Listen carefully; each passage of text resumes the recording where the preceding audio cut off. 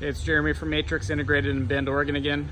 I'm just going to show you the rear leaf springs and VanCompass Falcon rear shocks that we have installed. We're doing a RIP kit today on this 21 Revel and have the rear leaf springs in now along with the VanCompass Falcon 3.3 rear shocks.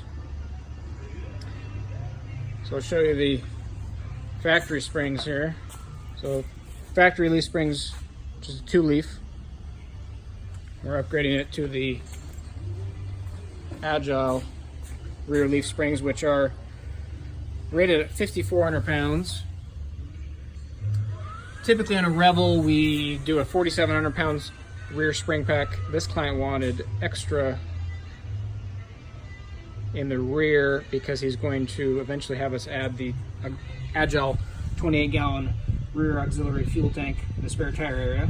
So the spare tire will go away, go on the back carrier, and then the fuel tank will go back there. So he wants more weight capacity for that, as well as he's gonna be towing. So anyway, so 5,400 pound rear leafs, and then the Falcon 3.3 remote reservoir and adjustable rear dampers. So these dampers are adjustable for rebound and compression. Rebound, we set them by turning the damper shaft 360 degrees. So we usually run them in a closed or performance mode. And then on the compression adjustability, it's this dial up here. So you got settings 1, 2, and 3. 1 is softest, 3 is firmest. 3 would be for like big winds or towing, things like that. You see this black micro adjuster in the middle. It says soft to firm. That's used on setting 2. 1 is softest, 8 is firmest. So again, on setting 2, you can adjust this micro adjustment dial as you want. So setting 3, whatnot.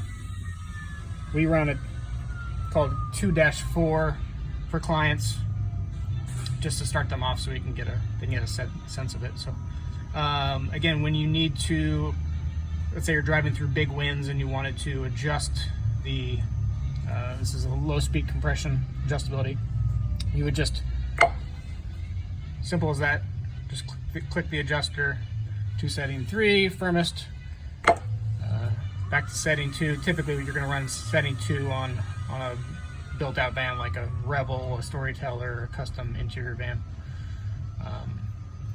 So anyway, that's that, and we'll show you the front here in a bit.